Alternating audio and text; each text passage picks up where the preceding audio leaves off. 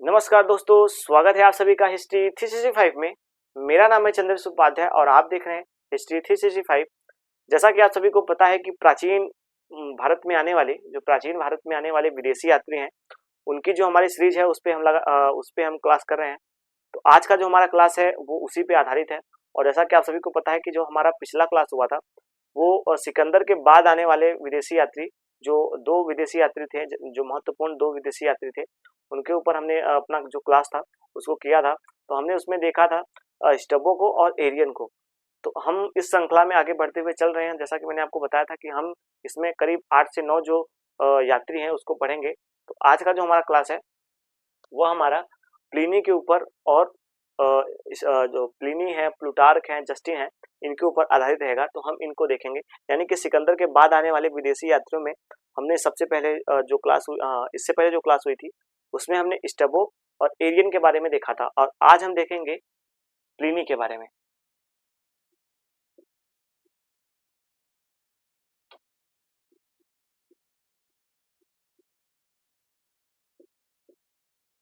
Pliny के बारे में देखेंगे। जो प्लिनी है, आपको बता दें, ये प्रथम शताब्दी ईसा पूर्व में आने वाले, यानी कि प्रथम शताब्दी ईसा पूर्व में आने वाले एक विदेशी यात्री हैं।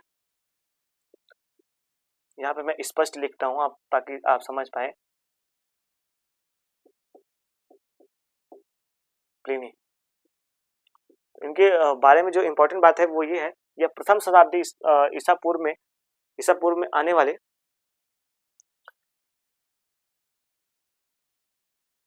यह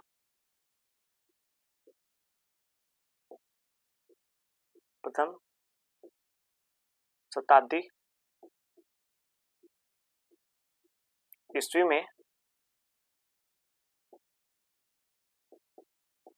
आने वाले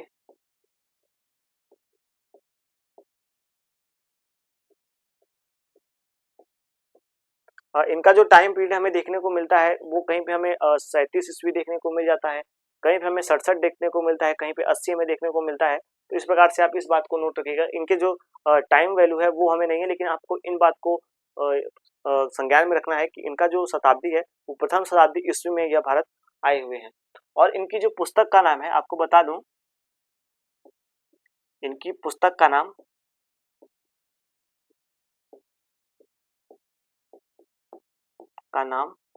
नेचुरल हिस्टोरिका है। Natural natural Historica.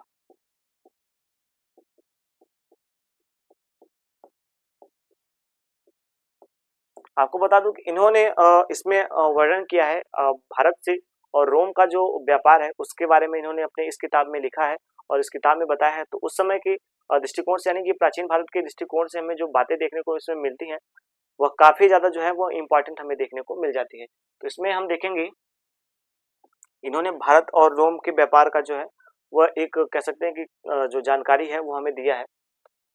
इन्होंने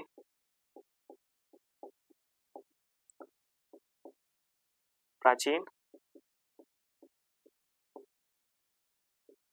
काल में भारत से रोम व्यापार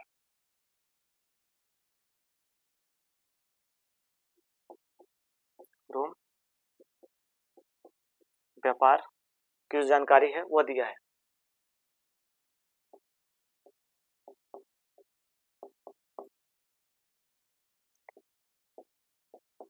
उसको दिया है।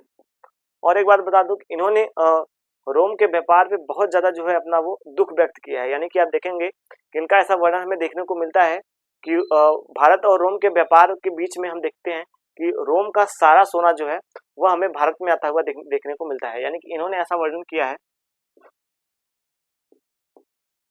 इनका ऐसा वर्णन है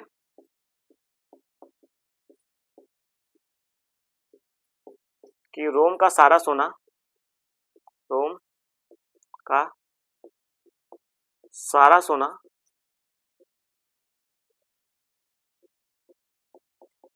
सोना समुद्री व्यापार से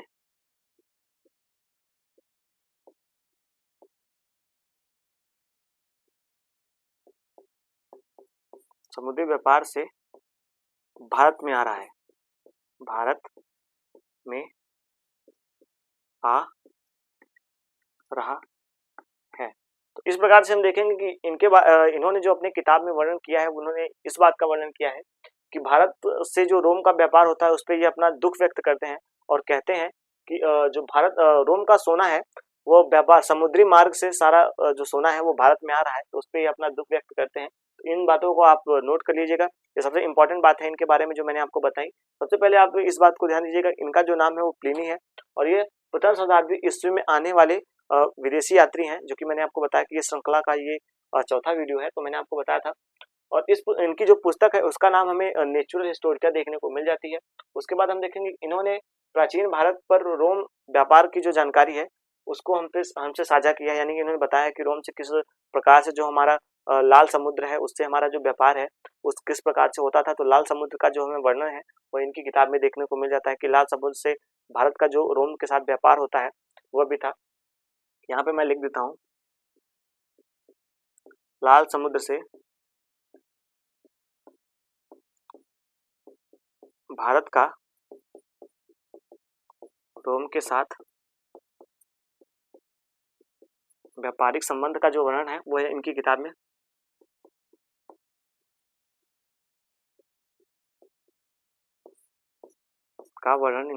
मिलता है।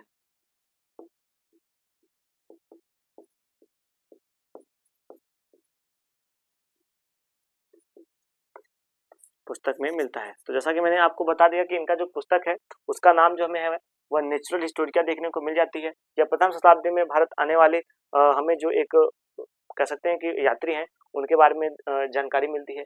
उसके बाद हम बता दें कि इन्होंने रोम से व्यापार, यानी कि जो रोम से भारत का उस समय व्यापार हो रहा था उसका जो है वो उन्होंने वर्णन किया है अपनी पुस्तक में और बताया है कि रोम का जो सारा सोना है वो भारत किस प्रकार से आ रहा है और उसकी जो जानकारी है वो इन्होंने दिया था। उसके बाद मैं आपको एक बात और बता दूं कि इन्होंने अपने पुस्तक में ऐसा वर्णन किया है, इनका जो पुस्तक है उसमें ऐसा वर्णन देखने को मिलता है कि इन्होंने लाल समुद्र से भारत पे उस समय जो यात्रा यानी कि हो रही थी लाल समुद्र से, उस बारे में इन्होंने अपनी जो जानकारी है उसको हम इनकी किताब में हमें देखने को मिल जाता है। उसके बाद हमारे हमारे जो अगले शासक है वो है प्लूटार्क। प्लूटार्क के बारे में हमें इनकी कह सकते हैं कि जो इनका समय है वो हमें थोड़ा सा जो है वो ज्ञात नहीं है प्लूटार्क के बारे में। तो हम इनके बारे में देखेंगे, प्लूटार्क के बारे में देखेंगे। इन्होंने चंद्रगुप्त मौर्य की जो सेना है उसका जो है वर्णन किया है अपनी पुस्तक में। इनके पुस्तक का जो नाम है वो भी हमें जो है वो ज्ञात देखने को नहीं मिलता, यानी कि इनकी जो पुस्तक का नाम है वो हमें कहीं भी वर्णन देखने को नहीं मिलता। इस कारण से इनके जो नाम है और इनका जो समय है, टाइम पीरियड जो है वो हमें थोड़ा सा कह सकते हैं कि संदिग्ध है, हमें इनके बारे में जो जानकारी है वो नहीं मिलती। इनके बारे में इन्होंने जो कही है वो हमें इनकी बातें कई जगहों पे हमें वर्णन के रूप में मिल जाती है। तो इस प्रकार से हम इनको जानते हैं कि प्लूटार्क ने कहा है कि चंद्रगुप्त मौर्य जो थे वह युवावस्था में, चंद्रगुप्त मौर्य युवावस्था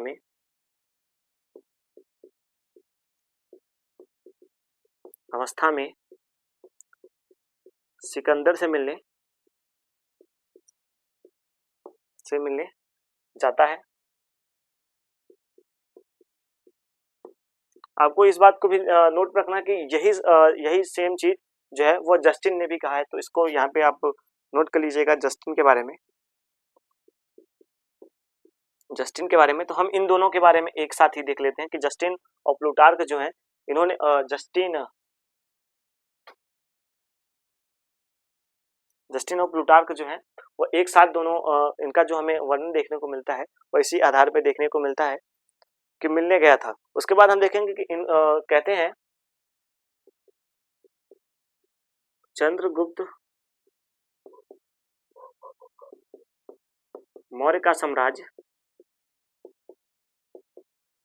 संपूर्ण भारत में फैला हुआ था।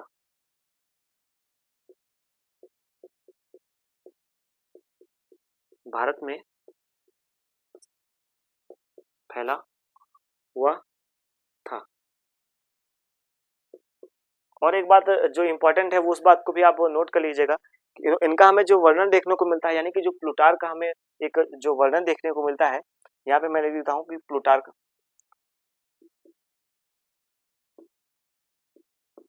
का जो हमें वर्णन देखने को मिलता है कि चंद्रगुप्त मौर्य ने 6 लाख की सेना लेकर 6 लाख की सेना लेकर ये क्वेश्चन कई बार हमें जो है एग्जाम में पूछा हुआ देखने को मिलता है कि ये जो क्वेश्चन मैं जिस बात को मैं अभी बता रहा हूँ कि किसका कहा हुआ है कि चंद्रगुप्त ने 6 लाख की सेना लेकर संपूर्ण भारत पर अपना जो संपूर्ण भारत को रौंद डाला था। यह जो वर्णन है वो प्लूटार्क का है कि चंद्रगुप्त मौर्य ने 6 लाख का सेना लेकर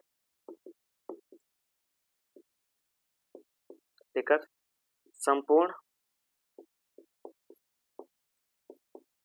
भारत को रौंद डाला था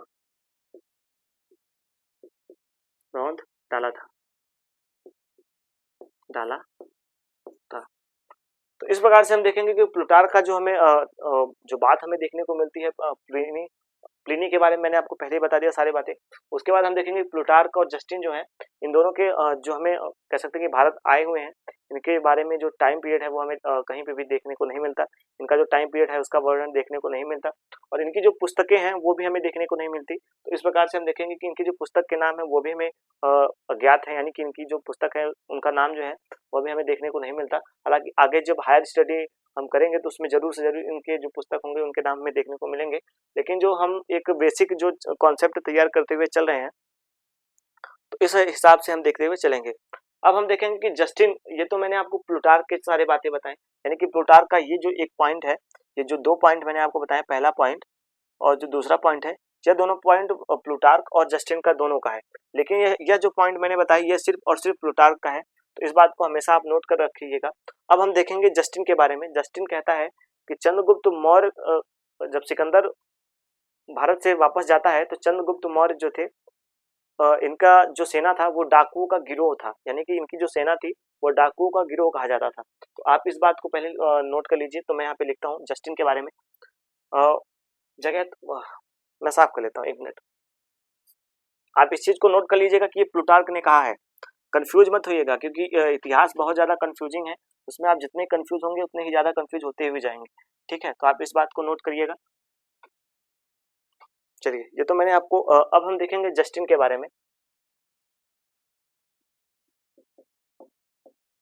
जस्टिन के बारे में आपको बता दें कि इनका जो वर्णन है वो हमें जो उनका पहला वर्णन हमें देखने को मिलता है कि सिकंदर के जाने के बाद, यानी कि सिकंदर के भारत से जाने के बाद भारत ने दास्ता का जुआ उतार फेंका था। सिकंदर के भारत से वापस जाने के बाद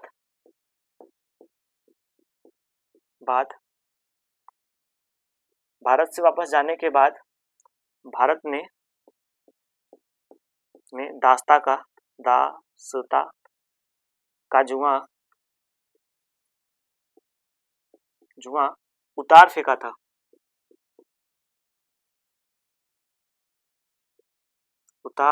फेंका था। और इनका जो हमें दूसरा पॉइंट है वो देखने को मिलता है, यह कहते हैं कि भारत में जब चंद्रगुप्त, यानी कि जब सिकंदर भारत पे आक्रमण करता है तो चंद्रगुप्त मौर्य जो है वो सिकंदर से मिलने जाते हैं, लेकिन इनकी स्पष्टवादिता से सिकंदर जो है वह नाराज हो जाता है। जब मैंने आपको मौर्य वंश पढ़ाया था तो मैंने इस बात का वर्णन उस जगह पे किया था, तो आपको अगर आपने मौर्य वंश को पढ़ा होगा बढ़िया से तो आपको इस बात का वर्णन मैंने वहां पे किया था कि जो जस्टिन है वो कहते हैं कि चंद्रगुप्त मौर्य की स्पष्टवादिता से सिकंदर नाराज हो गया था और उसने इसको मृत्युदंड, यानी कि जो मृत्युदंड था वो फरमान जारी कर दिया था कि चंद्रगुप्त मौर्य को आप मौत के घाट उतार दीजिए। तो सिकंदर ने उतार दिया था, लेकिन चंद्रगुप्त ने अपनी चतुराई से इसको भाग कर, यानी कि इनके कैद से भाग कर आया था पाटलिपुत्र में। तब कौटिल्य ने इनको कहा था, इनके मतलब पीठ पे हाथ रख के कहा था कि एक राजा को शेर की तरह धारना और लोमड़ी की तरह चतुर होना चाहिए, यानी कि एक राजा को युद्ध के सामने यानी कि शत्रु अगर सामने है तो उससे शेर की तरह लड़ना चाहिए, और अगर शत्रु के चंगुल में आप फंस गए हैं तो आप लोमड़ी की तरह चालाक रहिए ताकि आप वहां से बच के भाग सकें। किसी भी तरह से आप भाग जाएंगे तो क्या होगा कि आप आगे जो है वो लड़ के आप उनको हरा सकते हैं। तो इस प्रकार से हमें जो वर्णन है वो देखने को मिलता है। चंद्रगुप्त मौर्य जब सिकंदर से मिलने जाते हैं तो इनकी स्पष्ट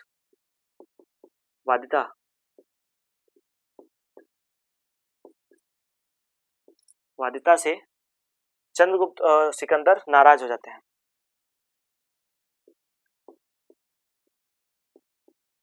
नाराज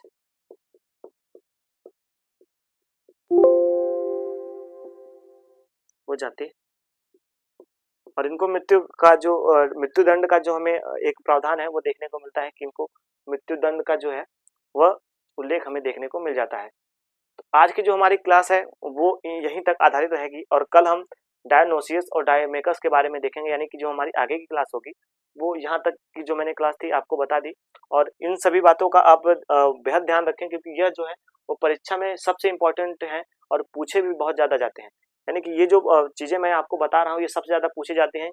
यह किसने कहा था, यानी कि ये किसका कहा हुआ है कि चंद्रगुप्त मौर्य सिकंदर से जब मिलने गए थे, यानी कि ये तो आपको पचासों बार पूछा गया है कि किसने कहा है कि जब सिकंदर भारत से वापस जाते हैं तो भारत ने दास्ता का जुआ जो है उसको उतार फेंका था।